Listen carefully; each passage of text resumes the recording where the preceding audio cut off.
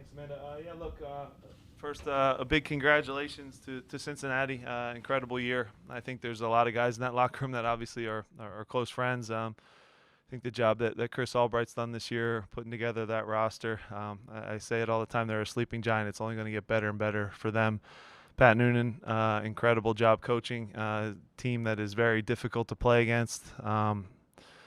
Gave us all we could handle. It's the toughest game we've had here all season by far, I thought. They put us under some pressure. But a really high-intensity game, a good playoff game, one that I think our group needs to. A lot of the results in the recent weeks in this building have been, 4-0, 4-1, 5-0, 6-0, and this was a really tough grind. Maybe not the most beautiful game probably for you guys to watch, but in terms of the duels that were happening for both teams, the tackles that were flying in, the intensity of the game was as high as ever. So that was good for our guys to go through that. Obviously now 2 games away from our ultimate goal. Have to thank the crowd for providing an amazing atmosphere, incredible from the opening whistle, even the pregame festivities to the 90 minutes, really cheered us on. In the big moments, we needed them, and they were incredible all night. And I think there's a real buzz in the city of Philadelphia right now with what the Eagles are doing, what the Phillies are doing, and certainly what the Philadelphia Union is doing. It's great to see all the love that we're getting in this town right now. You look in the crowd, there's a lot of local Philly celebrities now, and this is kind of the place to be, which has been awesome to see. So great win, but it is just one win, and we have 2 more to get. We'll say, it was a big spot and a big moment and a big game for everyone, including the referee. It's his first playoff game. I think you could feel that as well. So that's all I'll say on that. What did it take for you guys to solve the 5-back line, which you had some trouble with this year? Yeah, look, their center backs played well. Obviously, Cameron, we expected Cameron to start. I think he might have picked up a little knock towards the end of the Red Bull game when he got subbed out. So, yeah, difficult game for us. We talked about not floating balls into the box because all 3 of them are so strong in the air. You saw our real good actions came when an entry ball came from Jose into Daniel into that green zone to his feet rather than floated balls into the box, which they ate up all night. So the chances in the playoffs are few and far between. Could we have been a little cleaner, a little more clinical on a couple, especially towards the end of the game to maybe get the second goal? Yes. But this is the way the games look at this time of the year. It doesn't have to be pretty, and the name of the game is surviving and advancing. For Leon to have a finish like that, what can you say about that spot that he comes up in? Yeah, look, it's first of all, Leon does so much that doesn't show up on the stat sheet for this club, for this team, for a young player who people, I don't know whether it's because he's so mature and intelligent. People think he's like a 28-year-old player. He's as young as some of the homegrown kids. He's young, and he's playing every minute of every game, and he does so much work defensively for our group. Now I said all the nice things. Now I'm going to say the other things. When we do shooting exercises, I'll just say Leon doesn't love to do the shooting part of things, but for him to score the goal that he did was incredible. And is there some irony? And is there maybe the one God I believe in is a soccer God, and the rewards that come from hard work, was deserved. He's not a guy that. He didn't score a goal or come close to scoring a goal really in a lot of the 5-0, 6-0, 7-0 games. But in the biggest moment, I believe your best players step up, and Leon stepped up and scored a great goal for us. So couldn't be more happy for him. It's not just me that gives him a tough time with his shooting. The players do too. So just so that's clear. But yeah, it's something that he can add to his game because he's pretty well-rounded in everything else. But for him to score that goal was special. Jim, you mentioned a lot of the individual battles that took place tonight. Which one do you think made the biggest difference in the victory? Oh man, there was a million. million little duels, and I thought Elliott and Vasquez found themselves together quite a bit tonight. That was canceled each other out. Each had a chance or two. I thought Glesnes worked really hard too against Brenner. It's not easy to cover Brenner when he steps off the line and drops deep into midfield. When do you step with him? When do you release? I think the biggest one though probably is Jose and the job he does on Acosta, because Acosta has the freedom to drift all over the field. Jose has a knack for going into tackles, and sometimes it looks like it's all or nothing, but he always comes out with the ball. So really good game from him. Again, to single one matchup out, is tough, but that was probably the one that he makes them go. And if you can do your best to limit his chances, I think you have a chance to win. But it was overall, a team effort, a lot of fight, and they're a good team. Yeah. How did McGlynn do tonight? And also, it looked like he gave you a little bit of a spark, especially around that goal in the second half. Yeah. And also, are you optimistic Bedoya could be back? Or? Yeah, look, first on McGlynn, that's a big game for him to play in. And I thought there were some moments where he can get on the ball and calm us down a little bit. And he for a 19-year-old, is pretty fluid and smooth with his decision making for sure. There were moments too, though, where it was fast for him, and there was a couple tackles that you thought he was going to get into, that he was maybe a half step behind, the pace of things, because this is to his defense, this is the first time he's seen it this intense, and for this long. Obviously, he came into the playoff game last year, but it was at the end of the game when it slows down a bit. But he did a great job. Wise beyond his years, great left foot. Can he still improve? Absolutely. But overall, he worked his tail off.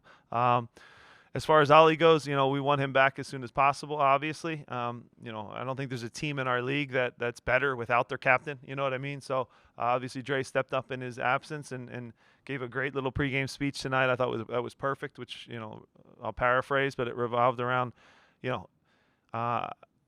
playing with urgency and intensity, but remaining calm in the big moments. And I think our group did that. As crazy as the game felt to you guys and everybody, I felt okay on the sidelines because I really trust this group. So you miss the leadership of Bedoya. Obviously, we're a much better team when he's here, just like every team is better with their captain, no question. So he'll push like hell to get ready for the game. There's no question about that. I think I'll just say I don't think he'll miss it. That's probably the best way I can put it. Yeah. Sorry, Peter. Tom. Okay, so thank you. Just so speaking of Andre and big players stepping up, what can you say about Andre's performance today? Big saves, and again, I think so many saves that Andre makes are the ones that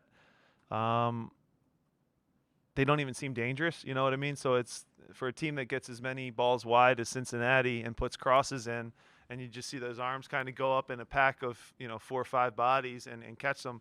Normal MLS goalkeepers stay on the line, and now it becomes a fight and a deflection, and anything can happen. So many of the plays that he eliminates before their shots, something I've seen now for 8 years. So it helps to have him back there. And then the big saves, on the one on Vasquez, I don't think many get to that. It's almost behind him. Haven't seen the tape yet of everything, but that felt like a big save live. And we're fortunate to have him. Again, his leadership, the way he's grown, it's been an honor to work with him, an honor to watch, and no coincidence that he's the first guy since Miola really to push and almost get MVP of a league, which is an incredible accomplishment. So happy for Dre. Great game from him, and again, he keeps you in it when you need him the most. And any playoff run, you need big saves from your goalkeeper. Sorry. Officiating aside, was this level of intensity and was this expected for it to be this intense? Yeah, I think so, because you have us waiting on a bye, right? So we're going to be up for it. We might not play perfect soccer, but we're going to be up for it. That's for sure. And then you have a team in Cincinnati that's coming off of their first playoff win, and they're going to come in confident. That creates 2 teams that aren't going to back down. We know now, we're really with the bye. You're only 3 games from MLS Cup, which is an amazing thing. So 3 games from winning MLS Cup. So we put ourselves in a good spot now. The game was very intense, very physical. There'll be lots of bumps and bruises and knocks on guys, but I'd just say those heal up quicker when you win and advance. So really proud of the group. It's a hard-fought playoff win.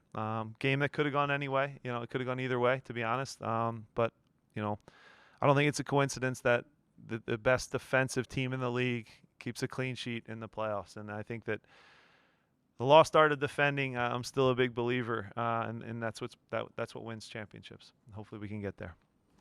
Here and then here Jim, you talked about the duel between Jack Elliott and Brandon Vasquez. Coming into the game, Brandon had 6 headed goals. And can you just talk about the performance between Jacob and Jack, just to keep them quiet on the night? Yeah, look, a lot of balls got whipped into the box, a lot of challenges they won. But our guys, we bended a little bit, but we didn't break. So again, our center backs are the best in the league. It's been fun to work with them and watch them, and I thought they both were enormous for us tonight and kept a guy like Vasquez and Brenner. I won't say quiet completely because they had some chances, but for the most part, that's as quiet as you can keep an attacking trio. That's that good. And credit to them, too. They kept our front three a little bit quiet, more quiet than they usually are, I'll just say, especially in this building. It seemed like the final 10 minutes, there was a lot of composure in terms of killing time. Yeah, until the last 30 seconds. Yeah. Is that something that comes with, this is 4 or 5 straight years where you've had a playoff run.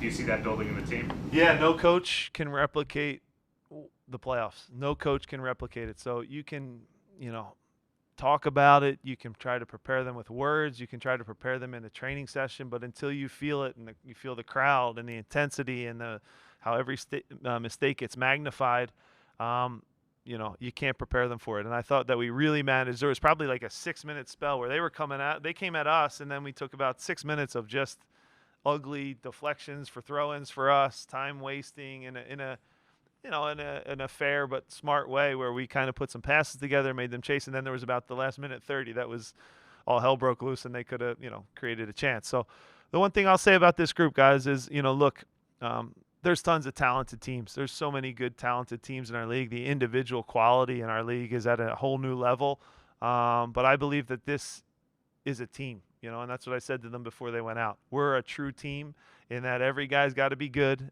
for us to have a chance. And we really, really have each other's back because we have to. If we don't, we lose. So I think that's a powerful thing that we have going for us. I'm not saying other teams are this or that, but I'll just say there's maybe some individuals that can win a game. You look tonight, and Chicharito will probably score a goal, or Vela will probably be the difference, But we know that we all have to be on, and that is a powerful thing. And these guys believe in themselves. And 2 more games. Jim, this is a question about putting the puzzle of this team together. Have there been any times when Ernst has brought a name to you, and you're like, man, I've really got to research this one, and it's turned out to be one of the guys who's on the 11? Yeah, well, look, Ernst is incredible at what he does. I think you guys know how he finds guys that maybe have been turned down by others, have a chip on their shoulder for whatever reason, have been in a lower league, but still have a desire to prove themselves. Go through our roster. Every guy's basically that, in some way, shape, or form. So Ernst has always been a guy that's been open and honest with me. I owe a ton to him. He's the guy that convinced me that 2 strikers is the way to go. And now you look out on the field, and these are the only 2 teams that play with 2 strikers in our league. Ours and now Cincinnati, who obviously has some guys that were in the union as well. And we both scored 60+ goals this year. So he has a way of getting you to see the game differently, which is really. I don't know if people understand how difficult that is, because sometimes people get stuck in their ways. But he certainly has an eye for talent that is incredible. The roster that we have, I'm very grateful for. We have a great blend of young, old, European players, top quality, goal scorers, guys, again, that have been cast off from other teams, that they come here and they thrive. So you guys know the names, the stories that are told. But yeah, can't say enough about how he pieced together an incredible roster in a smart way, and spent money very intelligently. Right here, in the back, and then last one with Jonathan. Well, they got all the big guys here. I didn't even realize. I got to put my glasses on. Man, this is how bad my eyes are, by the way. Sorry. I see it. What's up? Not a lot to nitpick about a game like this. At the start of the second half, they came at you guys. When you go look at the tape, you talk to the guys about the game. Are you going to kind of stress that in the playoffs, slow start can kill you? Was that, I mean, there's not a lot to nitpick, but Yeah. it seemed like that could have. Like, Sure. Sure. The first 5 minutes, when Pat and Chris were just in the hallway, I said the first 5 minutes he could have put us down, and then all of a sudden the stadium gets quiet. You know, there's that pressure, that feeling, and it goes quick. So momentum can be lost very, very fast in this game, and especially in the playoffs. So yeah, we'll watch the tape back. I think there's some really good things that happen. I think there's some things that we have to sharpen up and tighten up. Because again, you know, there was only 8 teams left, you know, in going into this game, and now you're down to, you know, 4. You know, it's going to get really intense, and the teams are all dangerous. They all punish you if you make one mistake. So we dodged a bullet or two. Goalkeeper made a big save or two, and again, we survived and advanced. I thought a good performance, but not quite a perfect performance at all. So that's the thing that we need to improve on, and we'll definitely learn from some of the things that they gave us problems tonight, for sure. Jim, is any part of you hoping that it's NYCFC that you meet in the conference final? You're starting to get me in trouble already. I can't even enjoy the win. Look, again, 2 great teams. Wilfred Nancy's done an amazing job in Montreal. I think New York City's, as you saw against Miami, has guys that if you make a mistake, they punish you. They're pretty lethal in their transitions, and they're dangerous, and we know them well. So whoever it is, you know, we get to sit. This is the beauty. We get to sit and watch now on the weekend, and there's no better feeling than when you have a win and you're already advanced than watching those games. You know, maybe a red card here or there wouldn't hurt, but no, we'll see how the game goes. And 2 great opponents. You know, if I start wishing for somebody, that comes back to bite you. Although it would be interesting if the 1 seed got to pick who they play. That would be an interesting wrinkle in the playoffs. We were joking about that in the locker room. If the 1 seed, they actually do it. We learned they do that in I want to say like handball, in some league in handball, where when you're the 1 seed, you get to select who you play. If you guys want narratives, that would be the beauty. You know, you could pick the second best team. You know, if you think you match up good against them. So I don't know why the hell I just brought that up, but that just happened. Late sub of Real from Glenn. Any temptation to take that sub the other direction, attacking wise, and push a little harder? Yeah, no, because what we kept 2 strikers on, and we didn't change formation, and we didn't go too defensive because we thought that at that point they threw literally 6 guys forward, so they had basically a front line of 6. There was no midfield at that point, and then we had 2, and I thought we could have got one of our counters correct, and we didn't, unfortunately. Which hurt us, but I thought Matt stepped in again. It's only 5 minutes and then the extra time.